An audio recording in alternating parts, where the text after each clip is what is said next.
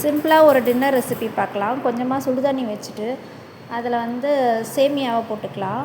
ஒரு 2 நிமிஷம் ஊறினதுக்கப்புறம் அதை வடித்து எடுத்து வச்சுக்கலாம். ஒரு பாத்திரத்தில் எண்ணெய் விட்டுட்டு அதில் பச்சை மிளகாய், வெங்காயம், தக்காளி 3 சேர்த்து வதக்கிக்கலாம். இதில் மஞ்சள், உப்பு, கரம் மசாலா சேர்த்து வதக்கிக்கலாம். 3 முட்டை உடச்சி உப்பு சேர்த்து அடித்து வச்சுக்கலாம்.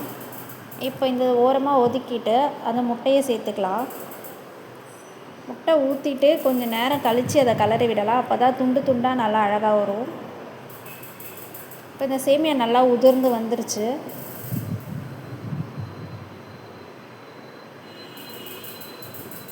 முட்டையும் நல்லா வெந்து வந்துருச்சு. இப்போது இந்த கொஞ்சம் கொஞ்சமாக இந்த சேமியாவை கொட்டி கிளறி எடுத்துக்கலாம். அவ்வளோதான், 10 நிமிஷத்துலேயே செஞ்சிடலாம். செம்ம டேஸ்டியாக இருக்கும். டின்னருக்கெல்லாம் சூப்பராக இருக்கும். டின்னர், பிரேக்ஃபாஸ்ட் எல்லாத்துக்குமே நல்லாயிருக்கும். ட்ரை பண்ணி பாருங்கள். தேங்க்யூ.